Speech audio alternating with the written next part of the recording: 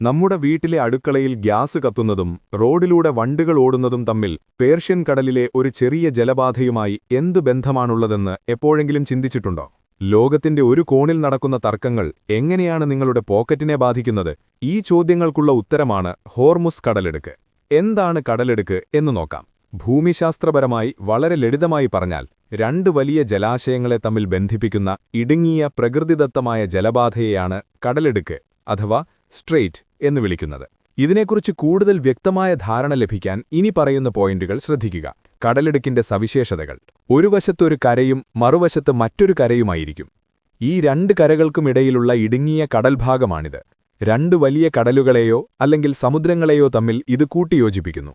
മനുഷ്യൻ നിർമ്മിക്കുന്ന കനാൽ, ഉദാഹരണത്തിന് സൂയസ് കനാൽ, പനാമ കനാൽ പോലെയല്ല ഇത്. കടലിടുക്കുകൾ പ്രകൃതിദത്തമായി രൂപം കൊള്ളുന്നവയാണ്. ലളിതമായ ഉദാഹരണം പറയാം.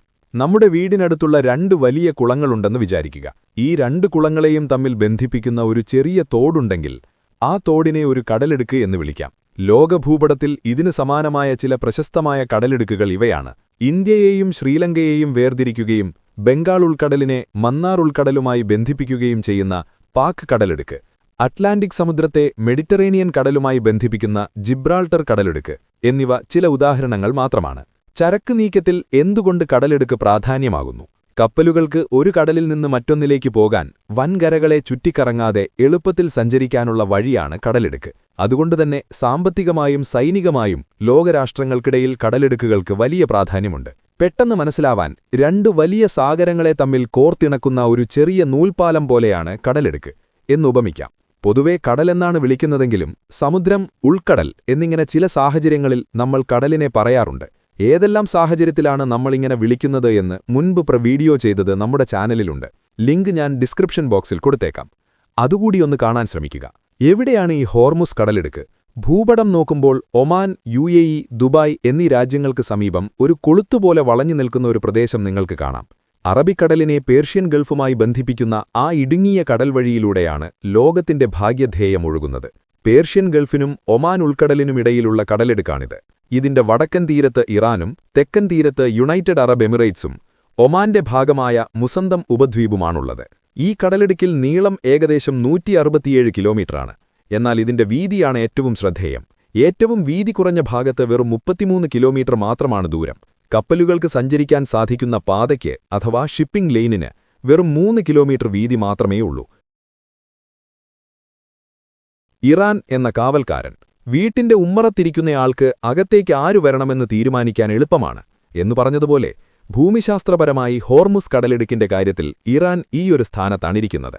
കടലിടുക്കിന്റെ വടക്കൻ ഭാഗം മുഴുവൻ ഇറാന്റെ തീരപ്രദേശമാണ്. അന്താരാഷ്ട്ര നിയമമനുസരിച്ച് ഒരു രാജ്യത്തിന്റെ തീരത്തുനിന്നുള്ള നിശ്ചിത ദൂരം ആ രാജ്യത്തിന്റെ പരിധിയിൽ വരും. ഹോർമുസിലെ കപ്പൽചാലുകൾ പലതും ഇറാന്റെ കടൽപരിധിയിലൂടെയാണ് കടന്നുപോകുന്നത്. ഇതാണ് ഈ കടലിടുക്കിനുമേൽ ഇറാന് ഇത്ര അധികാരം കിട്ടിയത്. അറബിക്കടലിനെ പേർഷ്യൻ ഗൾഫുമായി ബന്ധിപ്പിക്കുന്ന ഹോർമുസ് കടലിടുക്കിനെ രണ്ടു ഭാഗത്തുമായി ഇറാനെ കൂടാതെ മറ്റു രാജ്യങ്ങളുണ്ടെങ്കിലും ഈ കടലിടുക്കിൽ ഇറാനു മാത്രം എങ്ങനെ പരമാധികാരം കിട്ടി? അന്താരാഷ്ട്ര നിയമമനുസരിച്ച് ഒരു രാജ്യത്തിന്റെ തീരത്തുനിന്നുള്ള നിശ്ചിത ദൂരം ആ രാജ്യത്തിന്റെ പരിധിയിൽ വരുമെങ്കിൽ ഇത് ആ തീരത്തുള്ള എല്ലാ രാജ്യങ്ങൾക്കും ബാധകമല്ലേ? നമുക്ക് സ്വാഭാവികമായി തോന്നാവുന്ന ഒരു സംശയമാണിത്, അല്ലേ?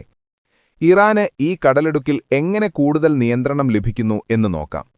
അന്താരാഷ്ട്ര നിയമമനുസരിച്ച് UNCLOUS United Nations convention on the law of the sea അനുസരിച്ച് ഒരു രാജ്യത്തിന്റെ തീരത്തുനിന്ന് 12 നോട്ടിക്കൽ മൈൽ അഥവാ ഏകദേശം 22 കിലോമീറ്റർ ദൂരം ആ രാജ്യത്തിന്റെ ടെറിട്ടോറിയൽ വാട്ടേഴ്സ് അഥവാ സ്വന്തം പരിധിയിൽ വരുന്നതാണ്. ഹോർമുസ് കടലിടുക്കിന്റെ കാര്യത്തിൽ സംഭവിക്കുന്നത് ഇതാണ്. ഭൂമിശാസ്ത്രപരമായ പ്രത്യേകത. കടലിടുക്കിന്റെ ഏറ്റവും വീതി കുറഞ്ഞ ഭാഗം വെറും 33 കിലോമീറ്ററാണ്. വടക്ക് ഇറാനും തെക്ക് ഒമാനുമാണ്, UAEയുമുണ്ട് ഇവിടെ അതിർത്തി പങ്കിടുന്നത്. നിയമപ്രകാരം നോക്കിയാൽ ഈ 33 കിലോമീറ്റർ ദൂരത്തിനിടയിൽ അന്താരാഷ്ട്ര ജലാശയങ്ങൾ അഥവാ ഇന്റർനാഷണൽ വാട്ടേഴ്സ് ഇല്ല. പകരം കടലിന്റെ ഒരു പകുതി ഇറാന്റെയും മറുപകുതി ഒമാന്റെയും അധികാരപരിധിയിലാണ്. ഷിപ്പിംഗ് ലൈനുകൾ. വലിയ കപ്പലുകൾക്ക് സഞ്ചരിക്കാൻ സാധിക്കുന്ന ആഴമേറിയ പാതകൾ പലപ്പോഴും ഇറാന്റെ കടൽപരിധിയിലൂടെയാണ് കടന്നുപോകുന്നത്. ഇത് ഇറാനെ സ്വാഭാവികമായും ഒരു കാവൽക്കാരന്റെ പദവി നൽകുന്നു. സൈനിക ശക്തി. ഒമാൻ പോലുള്ള അയൽരാജ്യങ്ങൾ സമാധാനപരമായ നിലപാടാണ് സ്വീകരിക്കുന്നത്. എന്നാൽ ഇറാൻ അവിടെ വലിയ രീതിയിൽ സൈനിക സാന്നിധ്യവും മിസൈലുകളും സ്പീഡ് ബോട്ടുകളും വിന്യസിച്ചിട്ടുണ്ട്. അതുകൊണ്ടുതന്നെ കടലിടുക്കിലെ ഏത് നീക്കവും ഇറാന്റെ നിരീക്ഷണത്തിലായിരിക്കും. Transit passage. അന്താരാഷ്ട്ര നിയമമനുസരിച്ച് ഇത്തരം കടലിടുക്കുകളിലൂടെ കപ്പലുകൾക്ക് തടസ്സമില്ലാതെ സഞ്ചരിക്കാൻ അവകാശമുണ്ട്. എന്നാൽ തങ്ങളുടെ സുരക്ഷയ്ക്ക് ഭീഷണിയാണെന്ന് തോന്നിയാൽ കപ്പലുകൾ പരിശോധിക്കാനോ തടയാനോ ഉള്ള അവകാശം ഇറാൻ പലപ്പോഴും ഉന്നയിക്കാറുണ്ട്.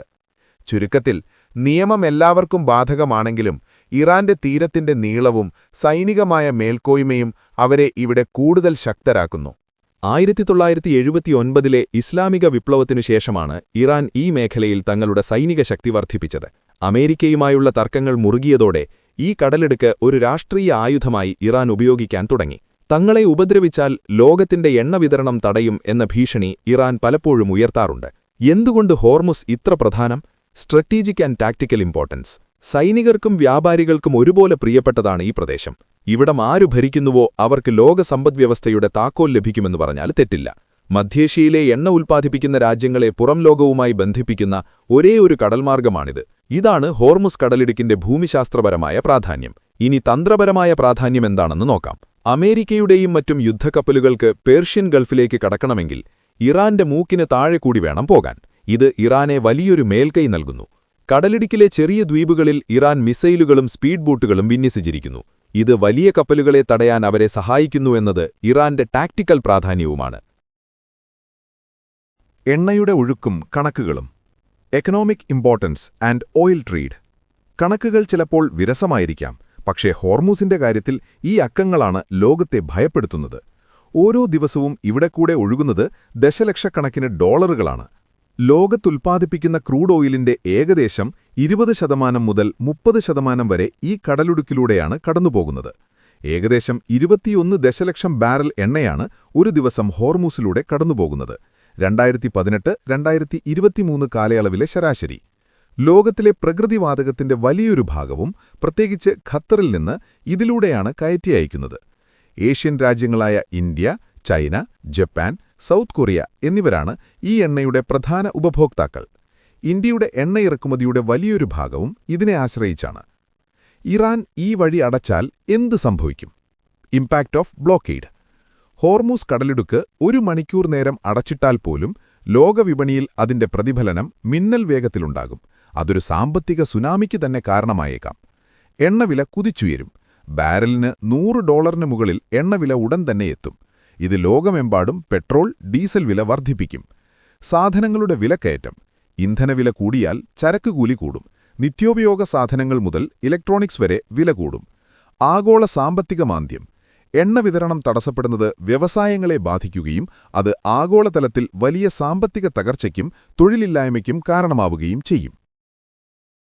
ഹോർമുസ് കടലിടുക്ക് ഇറാൻ അടച്ചുകഴിഞ്ഞാൽ പിന്നെ എണ്ണ ചരക്കുനീക്കത്തിന് വിവിധ രാജ്യങ്ങൾ തേടുന്ന ബദൽ കടൽ മാർഗങ്ങൾ ഏതെല്ലാമായിരിക്കും?